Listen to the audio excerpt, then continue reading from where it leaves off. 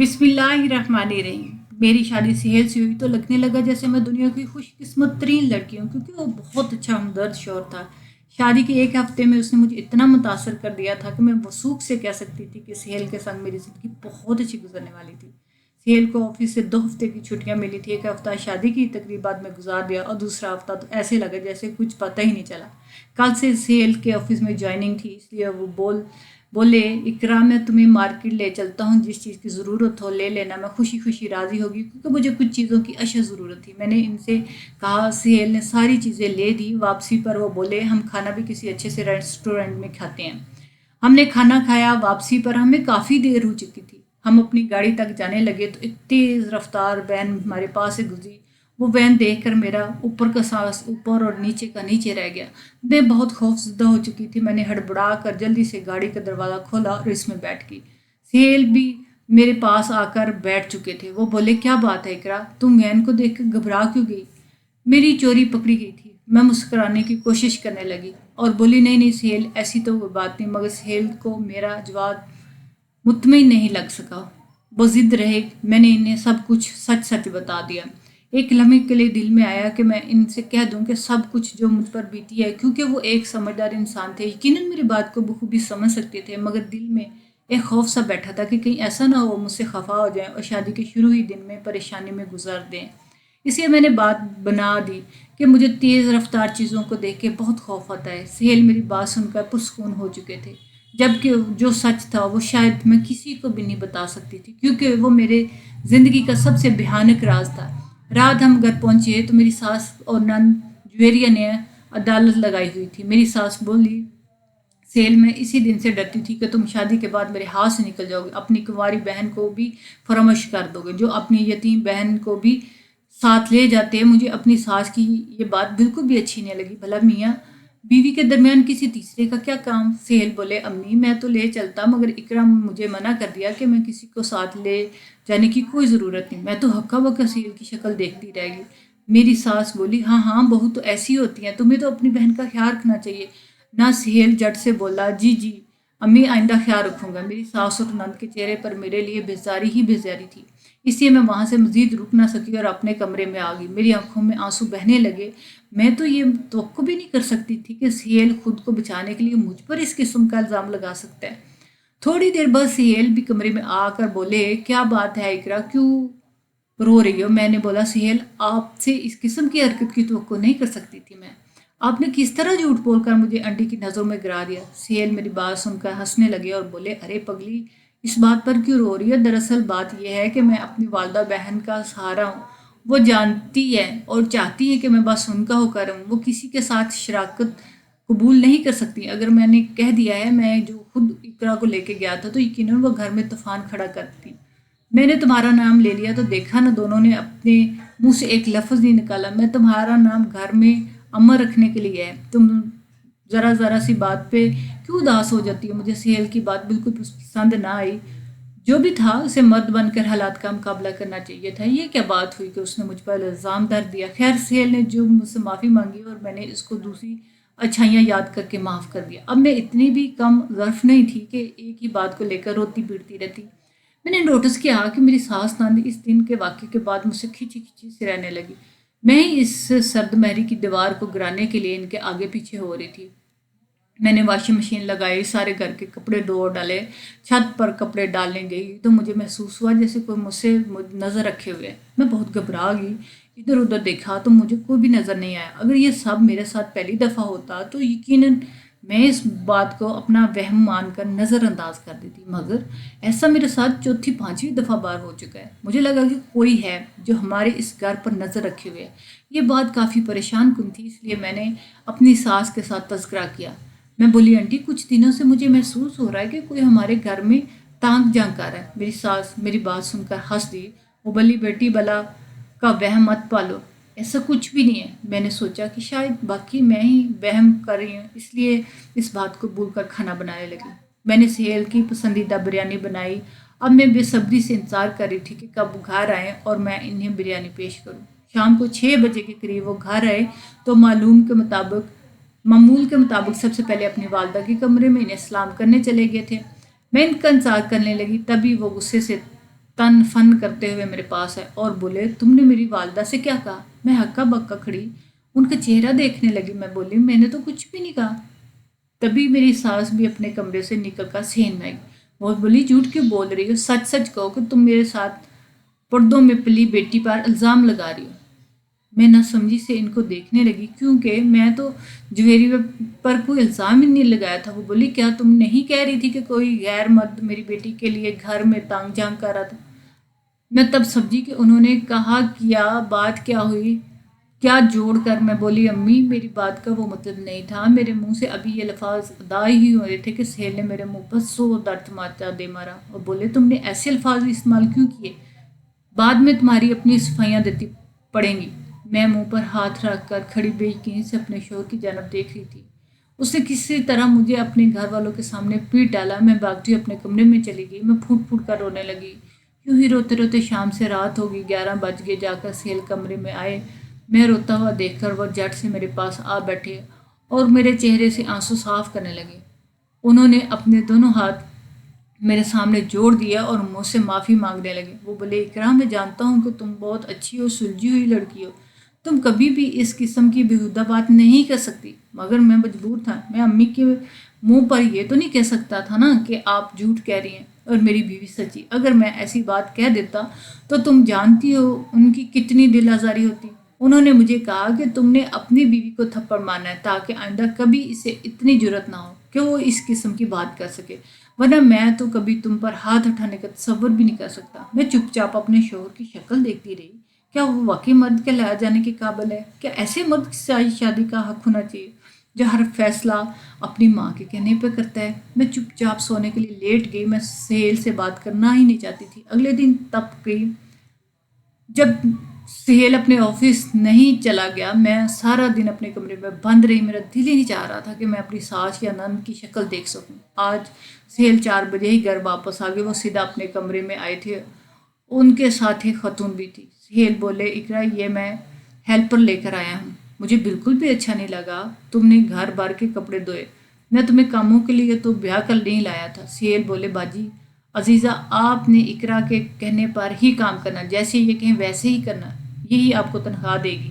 Cell ने मुझे बहुत मान दे दिया कि एकदम से मेरा दिल पिघल गया। अब मैं सारी बात समझ चुकी थी कि मेरा शोहर बजाते खुद बुरा इंसान नहीं है, बल्कि वो अपनी वालदा और बहन के हाथों कठपुतली बन जाता है। मैं सोचने लगी कि मेरी नंद की शादी हो जाएगी तो घर भर में सुकून हो जाएगा, क्योंकि तब मेरी सास मैं ही होंगी। तो घर में ऐसे मुझे बिना बना के रखेंगे। सेल कमरे से निकले तो जुवेरिया मेरे कमरे में आ गई। वो ज़ारुकता रोने लगी। इसको ऐसे रोता देख कर मैं घबरा गई कि न जाने मुझे पर कौन सा इल्ज़ाम लगाने वाली। तभी जुवेरिया ने मेरे सामने हाथ जोड़ दिया और बोली, भाभी खुदा के वास्ते मुझे माफ़ कर दें। कल जो कुछ भी हमारे घर में हुआ है, इस बात का तज़किरा आप अपने भाई यूसुफ से मत कीजिए। मैं तो जुवेरिया की बात सुनकर हैरान रह गई। भला ये क्या बात हुई? उसे यूसुफ से किस बात का डर? खैर वो मेरी बात सुने बगैर ही उठकर चली गई। अगले ही दिन यूसुफ हमारे घर आ गया।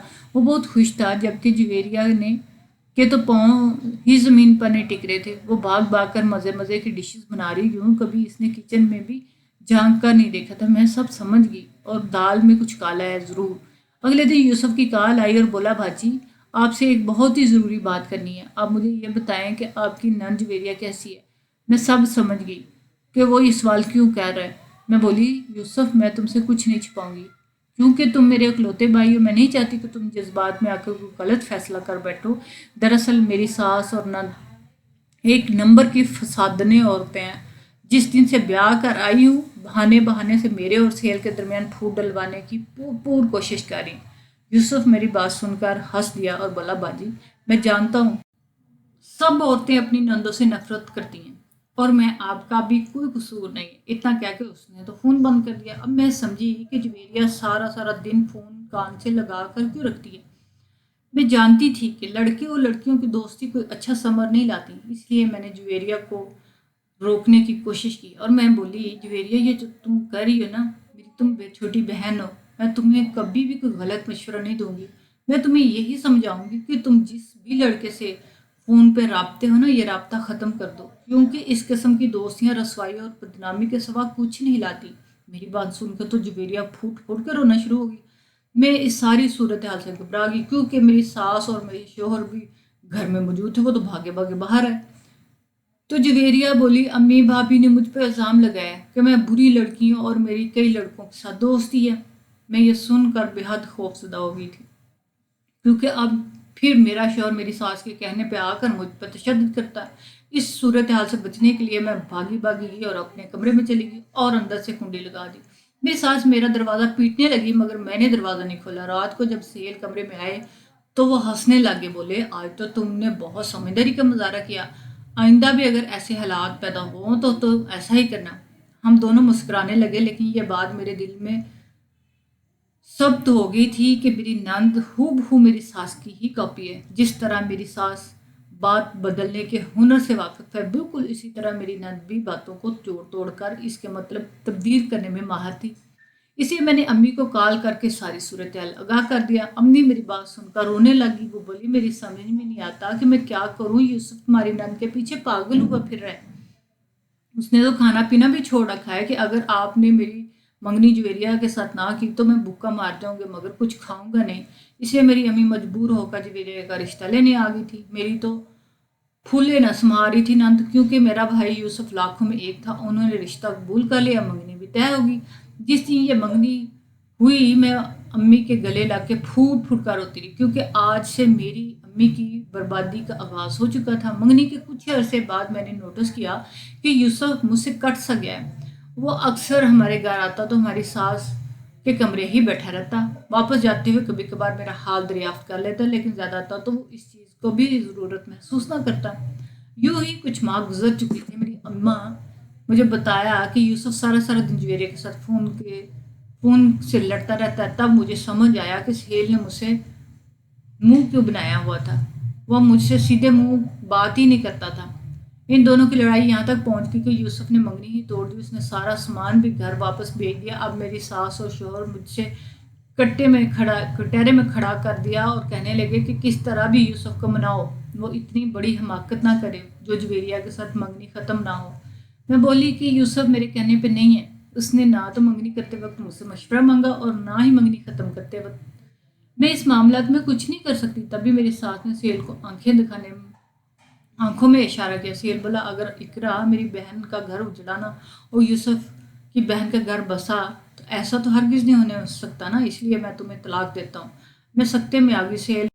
سہیل نے کھڑے کھڑے مجھے 3 طلاقیں دے دی۔ میں نڈال ہی اپنے کمرے میں چلی گئی، روتی جاتی اور ساتھ ساتھ اپنا سامان پیک کرنے لگی۔ تبھی سہیل کمرے میں آ گیا۔ میں سامان پیک کر چکی تھی، اب بس وہاں سے نکلنے لگی تھی۔ سہیل مجھے دیکھ کر بولا اقرا تم کہاں جا رہی ہو؟ میں بولی پتہ نہیں کہاں جاؤں گی مگر اب یہاں تو نہیں رہ سکتی نا کیونکہ آپ نے مجھے طلاق دے دی ہے۔